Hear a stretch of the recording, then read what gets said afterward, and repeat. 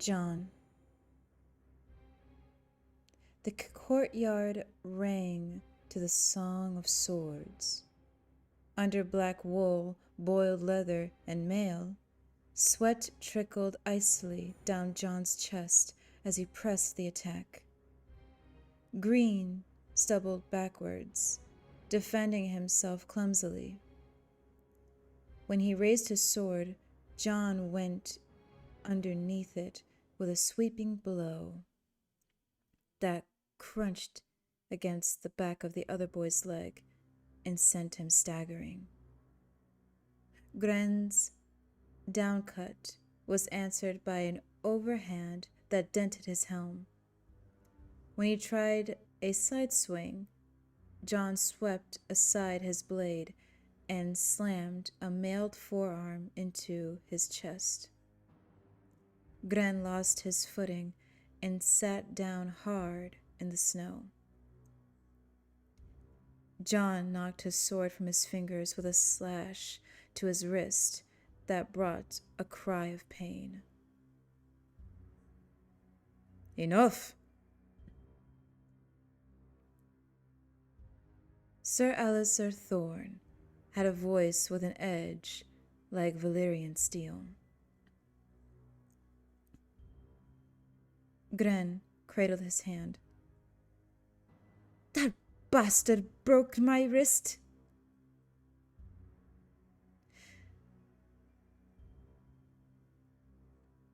"The bastard hamstrung you, opened your empty skull, and cut off your hand. Or would have if these blades had any edge.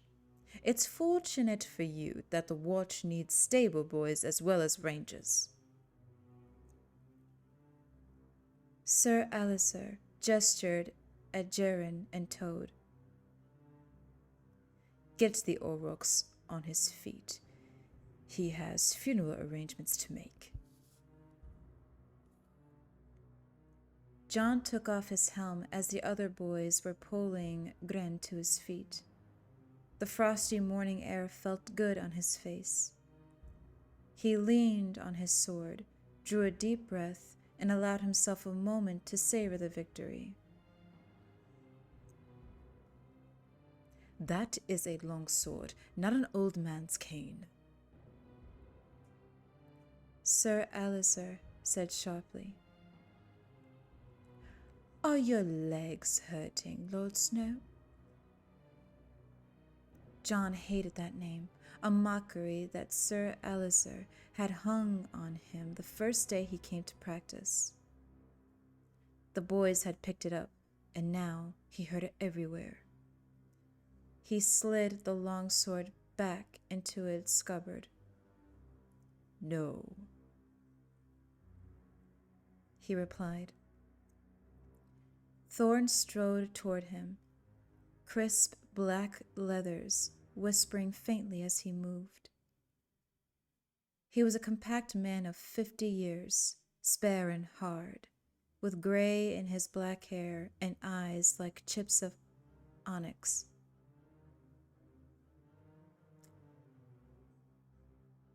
"The truth now," he commanded.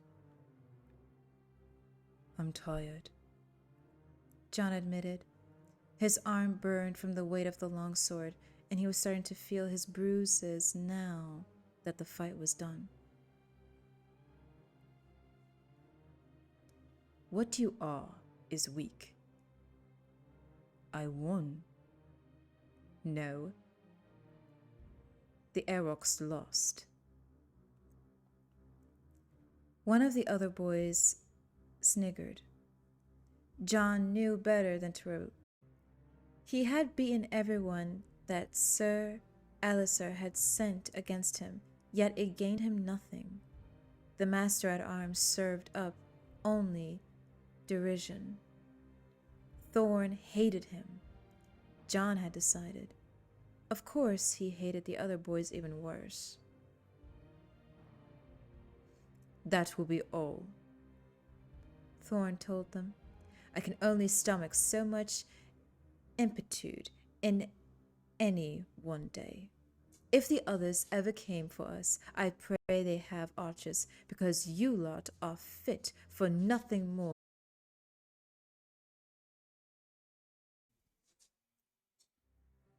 John allowed the rest back to the armory, walking alone. Hi, Legend. You want a snack? Okay. I already know. I can tell.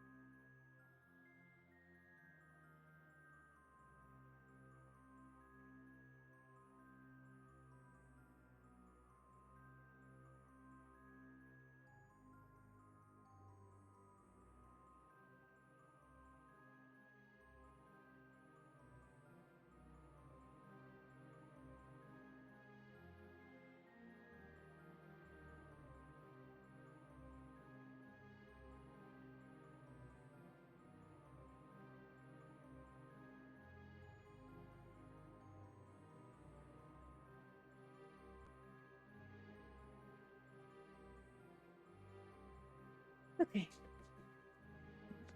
My puppy needed a snack. He's happy now.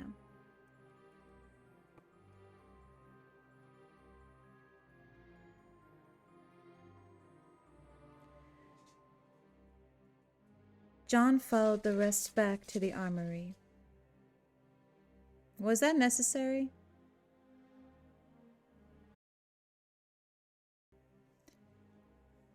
John followed the rest back to the armory, walking alone. He often walked alone here. There were almost 20 in the group he trained with, yet no one he could call a friend. Most were 2 or 3 years his senior, yet not one was half the fighting Rob had been at 14. Darian was quick but afraid of being hit. Pip used his sword like a dagger. Jaren was weak as a girl, Gren slow and clumsy. Halder's blows were brutally hard, but he ran right into your attacks. The more time he spent with them, the more John despised them. Inside, John hung sword and scabbard from a hook in the stone wall, ignoring the others around him.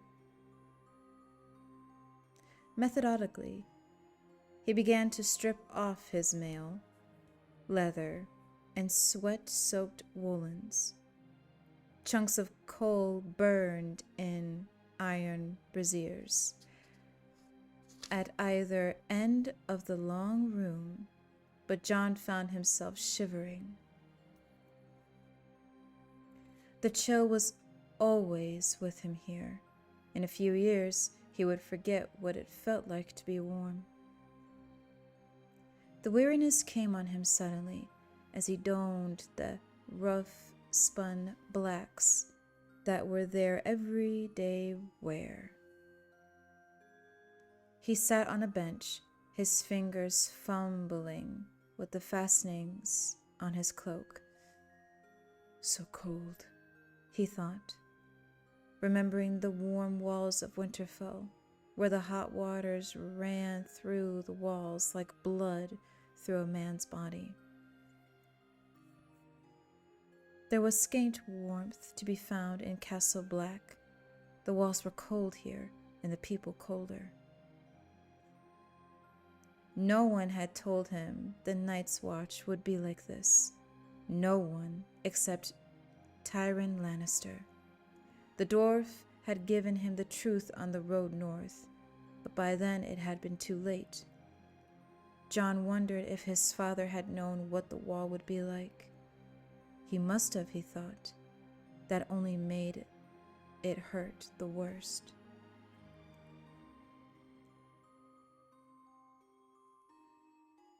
Even his uncle had abandoned him in this cold place at the end of the world. Up here, the General Benjamin Stark, he had been known, became a different person. He was First Ranger, and he spent his days and nights with Lord Commander Mormont and Meister Aemon and the other high officers, while John was given over to the less than tender charge of Sir Alistair Thorne. 3 days after their arrival, John had heard that Benjamin Stark was to lead a half-dozen men on a ranging into the haunted forest. That night, he sought out his uncle in the great timbered common hall and pleaded to go with him. Benjamin refused him curtly. "This is not Winterfell," he told him as he cut his meat with fork and dagger. "On the wall, a man gets only what he earns. You're no ranger, John, only a green boy with smell of summer still on you." Stupidly, John argued. "I'll be 15 on my name day," he said, almost a grown man. Benjamin Stark frowned. "A boy you are, and a boy you'll remain until Sir Alistair says you are fit to be man of the Night's Watch. If you thought your Stark blood would win you easy favors, you were wrong. We put aside our old families when we swore our vows. Your father will always have a place in my heart, but these are my brothers now." He gestured with his dagger at the men around them, all the hard, cold men in black. John rose at dawn the next day to watch his uncle leave. One of his rangers, a big, ugly man, sang a bawdy song as he saddled his 𝘕𝘓𝘁, his breath steaming in the cold morning air. Ben Stark smiled at that, but he had no smile for his nephew. "How often must I tell you no, John? We'll speak when I return." As he watched his uncle lead his horse into the tunnel, John had remembered the things that Tywin Lannister told him on the King's Road, and in his mind's eye he saw Ben Stark laying dead, his blood red on the snow. The thought made him sick. What was he becoming? Afterward, he sought out Ghost in the loneliness of his cell and buried his face in his thick white fur. If he must be alone, he would make solitude his armor. Castle Black had no godswood, only a small sept and a drunken septon, but John could not find it in him to pray to any god. If they were real, he thought, they were as cruel and implacable as winter. He missed his true brothers, little Rickon, bright eyes shining as he begged for a sweet, Robb, his rival and best friend and constant companion, Bronn, stubborn and curious, always wanting to follow and join in whatever John and Robb were doing. He missed the girls too, even Sansa, who never called him anything but my half-brother, since she was old enough to understand what bastard meant. And Arya, he missed her even more than Robb, skinny little thing that she was, all scraped knees and tangled hair and torn clothes, so fierce and willful. Arya never seemed to fit, no more than he did. Yet she could always make John smile. He would give anything to be with her now, to muss up her hair once more and watch her make a face, to hear her finish a sentence with him.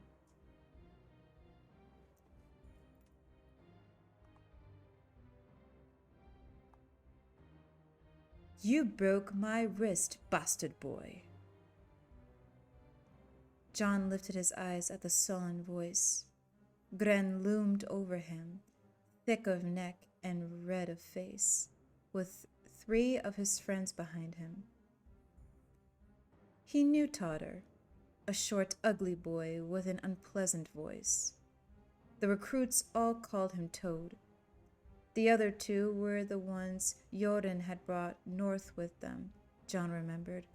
Rapers taken down in the fingers. He'd forgotten their names.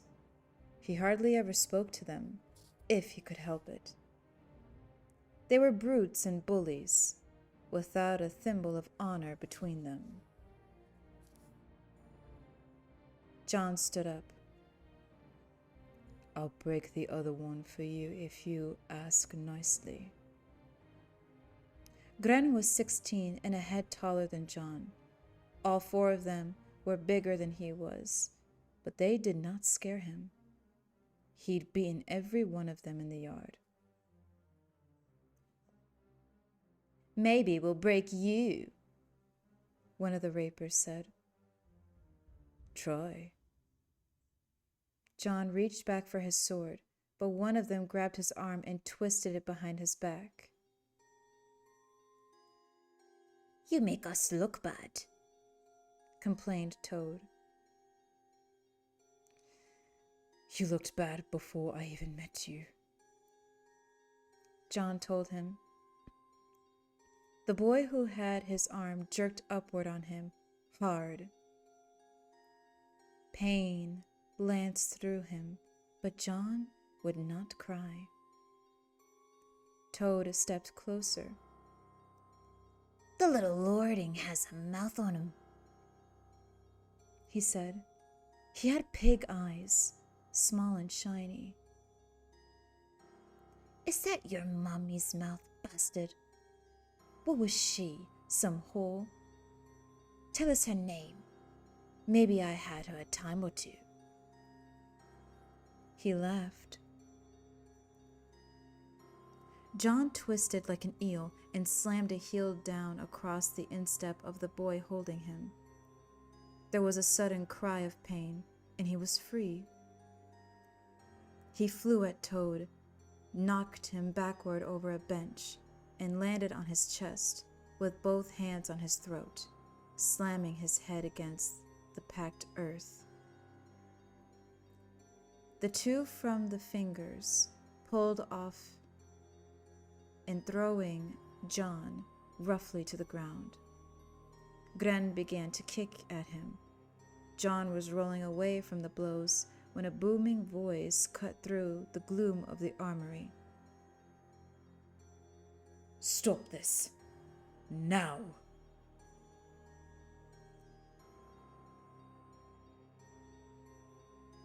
John pulled himself to his feet.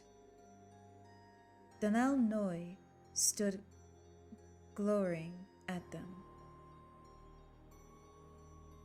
"The yard is for fighting," the armorer said. "Keep your squirrels out of my armory, or I'll make them my squirrels. You won't like that."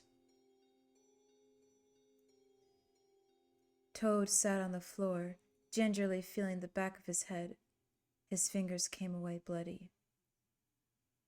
"He tried to kill me." "It's true, I saw it," one of the rapers put in. "He broke my wrist," Gren said again, holding out to 𝘠𝘠𝘠 for inspection.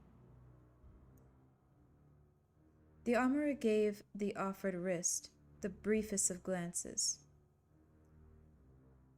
"A bruise, perhaps a sprain. Maester Aemon will give you a slave. Go with him. Tata, that head wants looking after. The rest of you, return to your cells. Not you, Snow. You stay. Jon sat heavily on the long wooden bench as the others left, oblivious to the looks they gave him, the silent promises of future retribution. His arm was throbbing.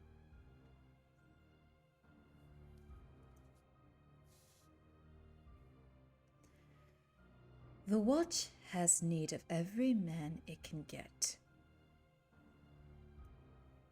𝘕𝘰𝘠𝘕 said when they were alone. Even men like Toad.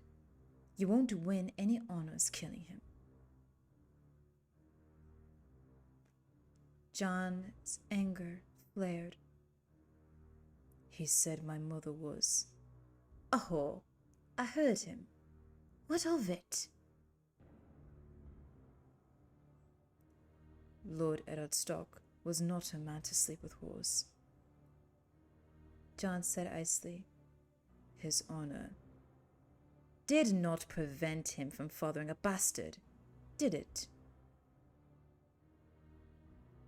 Jon was cold with rage. Can I go now? You go when I tell you to go. Jon stared sullenly at the smoke rising from the brazier until 𝘕𝘠 took him under the chin, thick fingers twisting his head around. Look at me when I'm talking to you, boy. Jon looked. The armorer had a chest like a keg of ale and a gut to match. His nose was flat and broad, and he always seemed in need of a shave. The left sleeve of his black wool tunic was fastened at the shoulder with a silver pin in the shape of a longsword. Words won't make your mother a whore. She was what she was, and nothing, Toad says, can change that. You know, we have men on the wall whose mothers were whores. Not my mother, Jon thought stubbornly. He knew nothing of his mother. Eddard Stark would not talk of her, yet he dreamed of her at times, so often that he could almost see her face. In his dreams, she was beautiful and high-born, and her eyes were kind. You think you had it hard, being a High Lord's bastard? The armorer went on. That boy, Jaren, is a Septon's Get, and a Cotterpike is the base-born son of a tavern wench. Now he commands Eastwatch by the sea.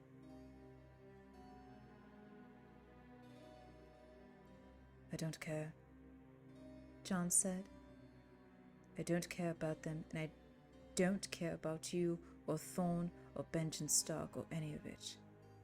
I hate it here. It's cold.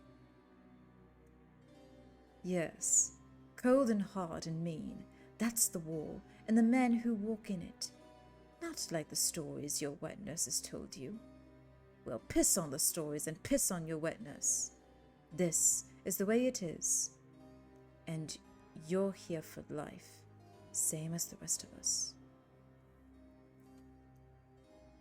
Life, Jon repeated bitterly. The armorer could talk about life. He had one.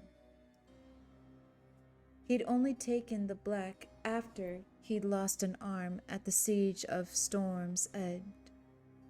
Before that, he'd smithed for Stannis Baratheon, the king's brother.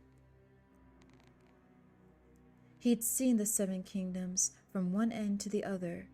He'd feasted and wenched and fought in 100 battles. They said it was 𝘕𝘰𝘠𝘕 who'd forged King Robert's warhammer, the one that crushed the life from Rhaegar Targaryen on the trident. He'd done all the things that John would never do. And then, when he was old, well past 30, he'd taken a glancing blow from an axe, and the wound had festered until the whole arm had come off.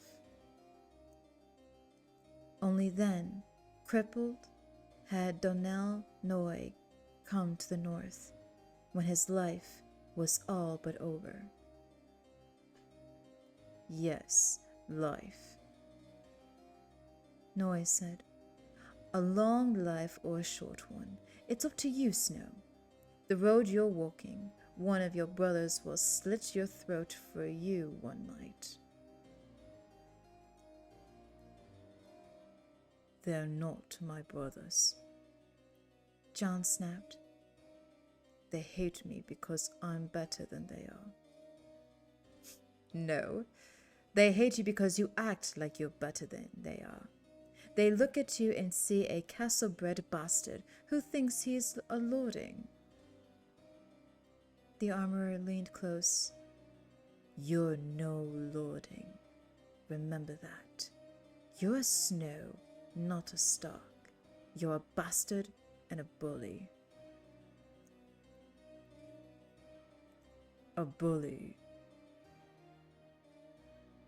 John almost choked on the word. The accusation was so unjust, it took his breath away. They were the ones who came after me. 4 of them. 4 that you humiliated on the yard. 4 who are probably afraid of you. I watched you fight. It's not training with you. Put a good edge on your sword and they'd be dead meat. You know it, I know it, they know it.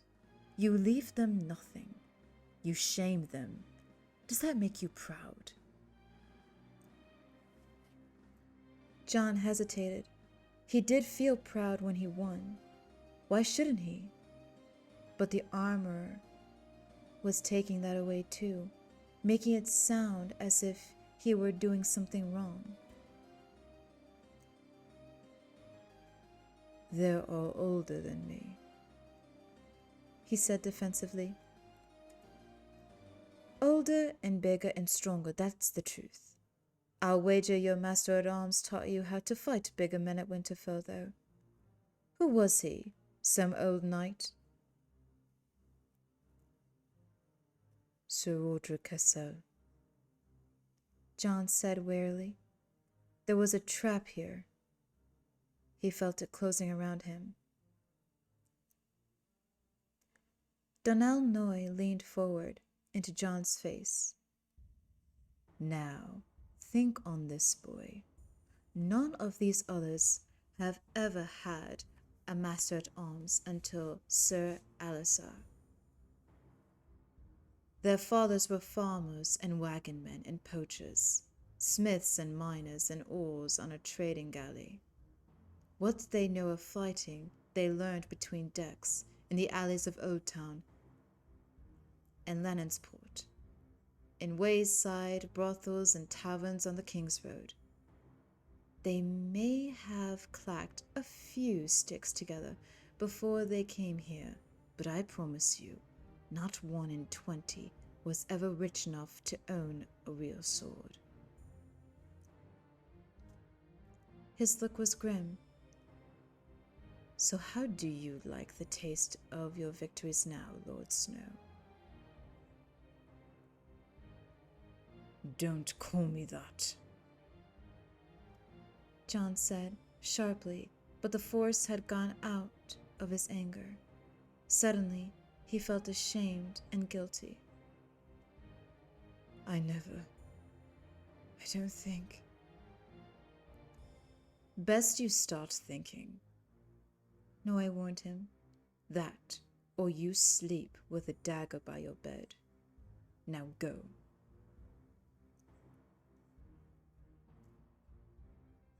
By the time John left the armory, it was almost midday. The sun had broken through the clouds. He turned his back on it and lifted his eyes to the wall, blazing blue and crystalline in the sunlight. Even after all these weeks, the sight of it still gave him the shivers. Centuries of wind-blown dirt had pocked and scored it, covering it like a film, and it often seemed a pale gray, the color of an overcast sky. But when the sun caught it fair on a bright day, it shone, alive with light, a colossal blue-white cliff that filled up half the sky. The largest structure ever built by the hands of man, Benjamin Stark had told John on the King's Road when they had first caught sight of the wall in the distance. And beyond a doubt, the most useless, Tyrion Lannister had added with a grin, but even the imp grew silent as they rode closer. You could see it from miles off, a pale blue line across the northern horizon, stretching away to the east and west and vanishing in the far distance, immense and broken. This is the end of the world, it seemed to say. When they finally spied Castle Black, its timbered keeps and stone towers looked nothing more than a handful of toy blocks scattered on the snow beneath the vast wall of ice. The ancient stronghold of the Black Brothers was no Winterfell, no true castle at all. Lacking walls, it could not be defended, not from the south or east or west. But it was only the north that concerned Night's Watch. And to the north loomed the wall. Almost 700 feet high it stood, 3 times the height of the tallest tower in the stronghold it sheltered. His uncle said the top was wide enough for a dozen armored knights to ride abreast.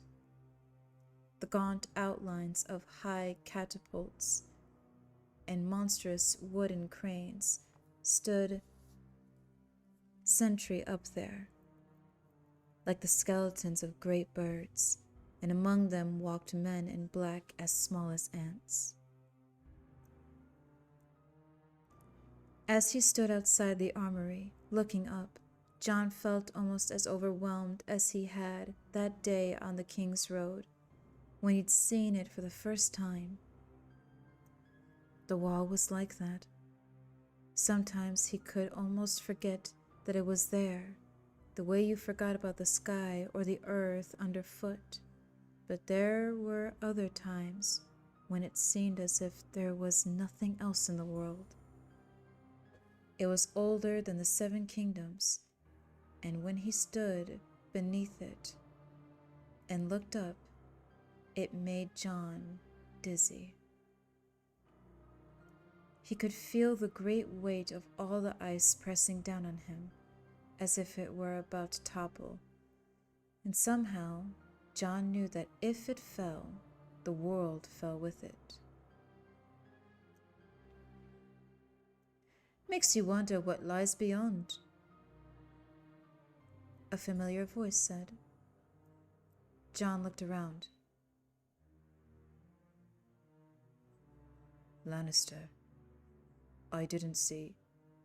I thought I was alone.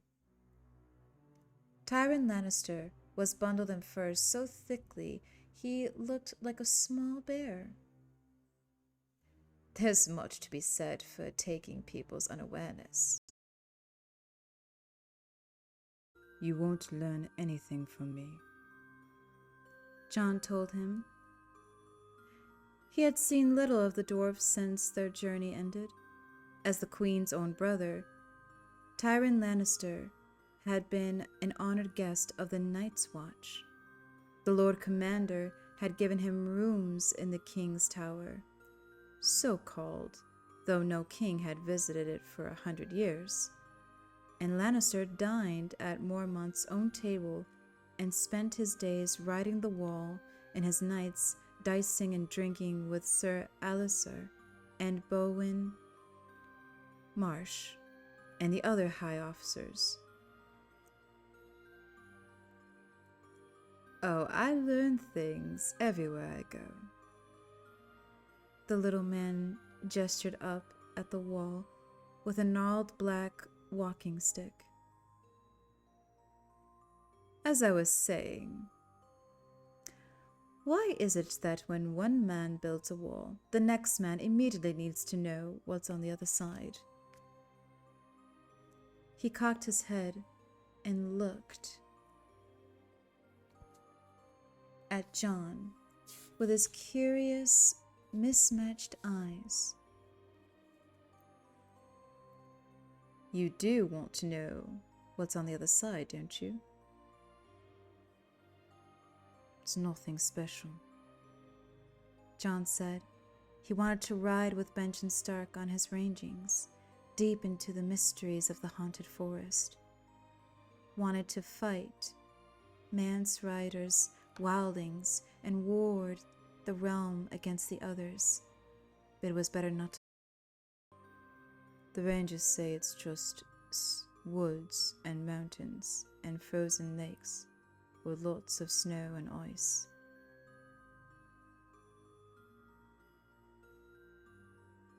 And the Grumpkins and the Snarks, Tyrion said. Let us not forget them, Lord Snow, or else what's the big thing for? Don't call me Lord Snow. The dwarf lifted a brow.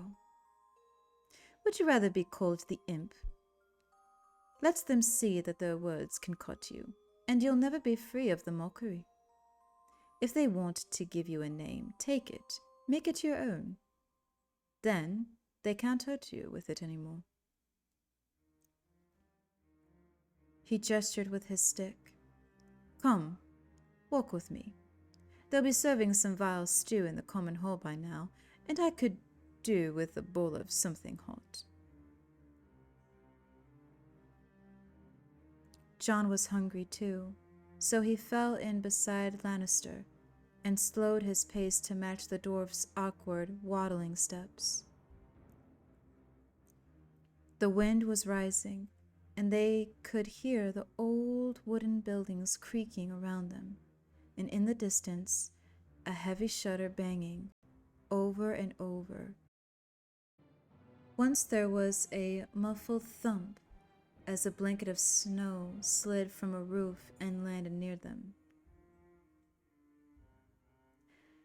I don't see your wolf, Lannister said as they walked.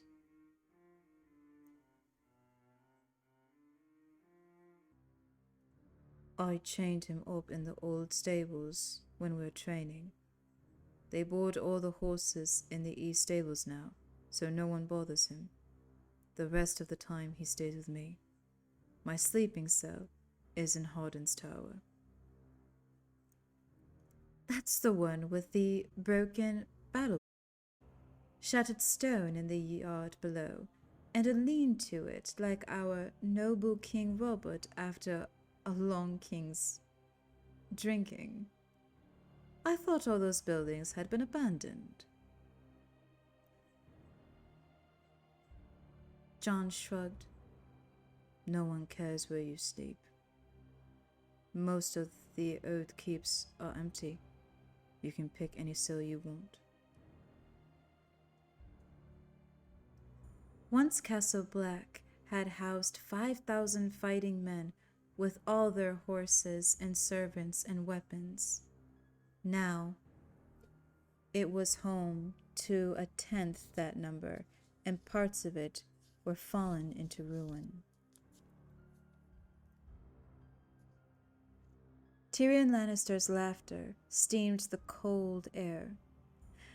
I'll be sure to tell your father to arrest more stonemasons before your tower collapses. John could taste the mockery there, but there was no denying the truth. The Watch had built 19 great strongholds along the wall, but only 3 were still occupied. Eastwatch on its gray, windswept shore, the shadow tower hard by the mountains where the wall ended, and Castle Black between them, at the end of the King's Road. The other keeps, long deserted, were lonely, haunted places, where cold winds whistled through the black windows, and the spirits of the dead made the parapets. "It's better that I am by myself," John said stubbornly. "The rest of them are scared of ghosts." "Wise boys," Lannister said. Then he changed the subject. "The talk is your uncle is too long away." John remembered the wish he'd wished in his anger, the vision of Benjen Stark dead in the snow, and he looked away quickly. The dwarf had a way of sensing things, and John did not want him to see his guilt in his eyes. "He said he'd be back by my name day," he admitted. His name day had come and gone, unremarked, a fortnight past.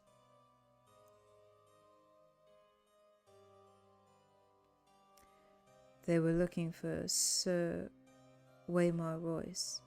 His father is barman to Lord Aeron.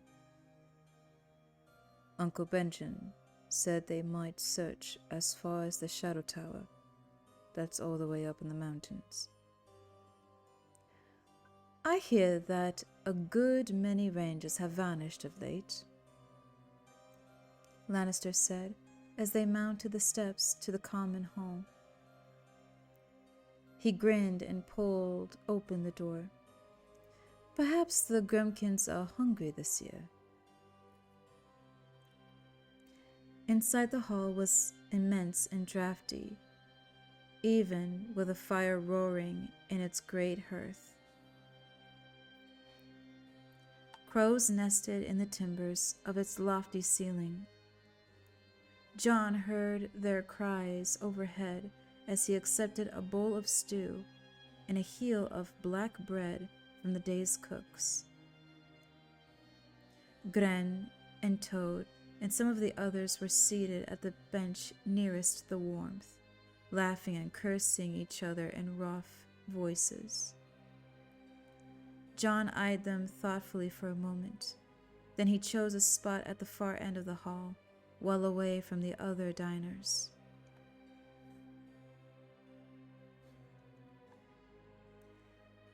Tyrion Lannister sat across from him, sniffing at the stew suspiciously. "Barley, onion, carrot," he muttered. "Someone should tell the cooks that turnip isn't a meat." "It's mutton stew." John pulled off the gloves and warmed his hands on the stew rising from the bowl. The smell made his mouth water. "Snow?" John knew Alistair Thorne's voice, but there was a curious note in it that he had not heard before. He turned. "The commander wants to see you. Now." For a moment, John was too afraid to move. Why would the Lord Commander want to see him? They had heard something about Benjen. He thought wildly. He was dead. The vision had come true. "Is it my uncle?" he blurted. "Is he returned safe?" "The Lord Commander is not accustomed to waiting. And I am not accustomed to having my commands questioned by bastards." Tyrion Lannister swung off the bench and rose. "Stop it, Thorne. You're frightening the boy. Keep out of matters that don't concern you, Lannister. You have no place here." "I have a place at the court, though," the dwarf said, smiling. "A word in the right ear, and you'll die a sour old man before you get another buoyant train. Now tell Snow why the old bear needs to see him. Is there news of his uncle?" "No," Sir Alliser said. "This is another matter entirely. A bird arrived this morning from Winterfell with a message that concerns his brother." He corrected himself. His half-brother. "Bronn," Jon breathed, scrambling to his feet. "Something's happened to Bronn." Tyrion Lannister laid a hand on his arm. "Jon," he said, "I am truly sorry." Jon scarcely heard him. He brushed off Tyrion's hand and strode across the hall. He was running by the time he hit the doors. He raced to the commander's keep, dashing through drifts of old snow. When the guards passed him, he took the tower steps, 2 at a time. By the time he burst into the presence of the Lord Commander, his boots were soaked, and Jon was wild-eyed and panting. "Bronn," he said. "What does it say about Bronn?"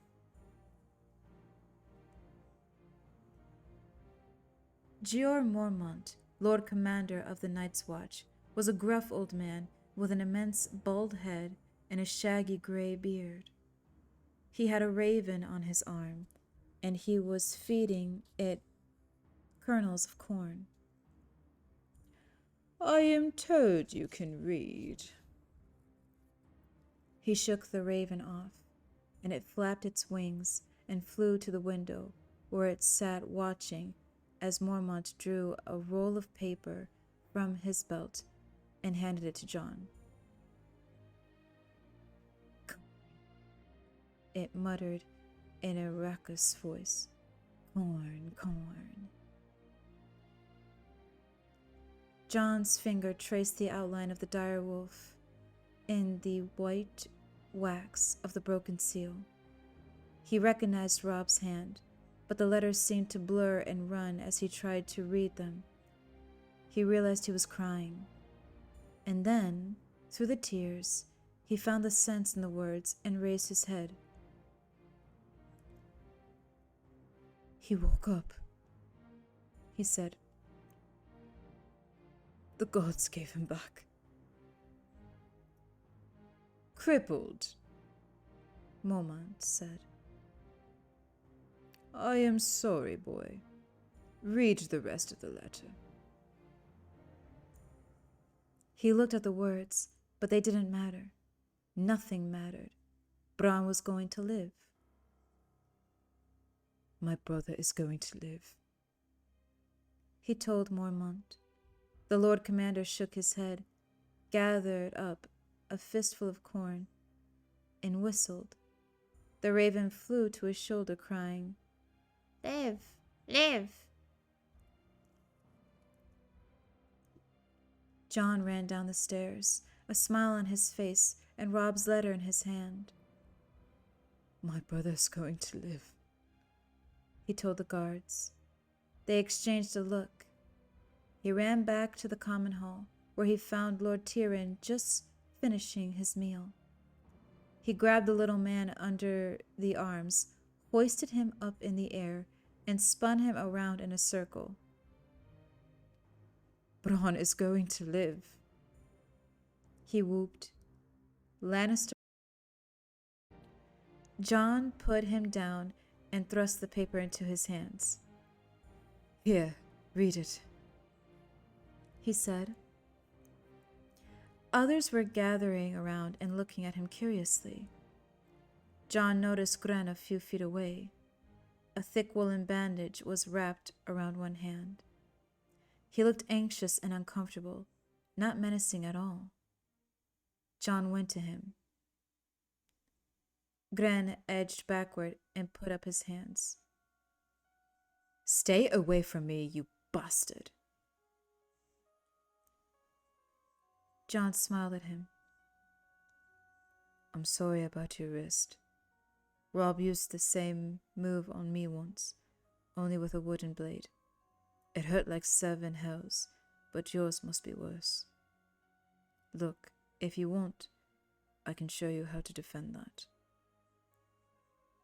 Alistair Thorne overheard him.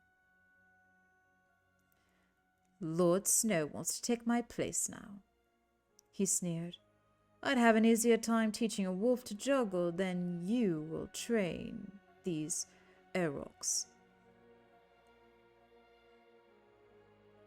"I'll take that wager, Sir Älvsång," John said. "I'd love to see ghosts juggle." John heard Gren suck in his breath, shocked. Silence fell. Then Tyrion Lannister gawped. 3 of the Black brothers joined in from a nearby table. The laughter spread up and down the benches, until even the cooks joined in. The birds stirred in the rafters, and finally, even Gren began to chuckle. Sir Älvsång never took his eyes off John. As the laughter rolled around him, his face darkened, and his sword hand curled into a fist. "That was a grievous error, Lord Snow," he said at last in the acid tone of an enemy.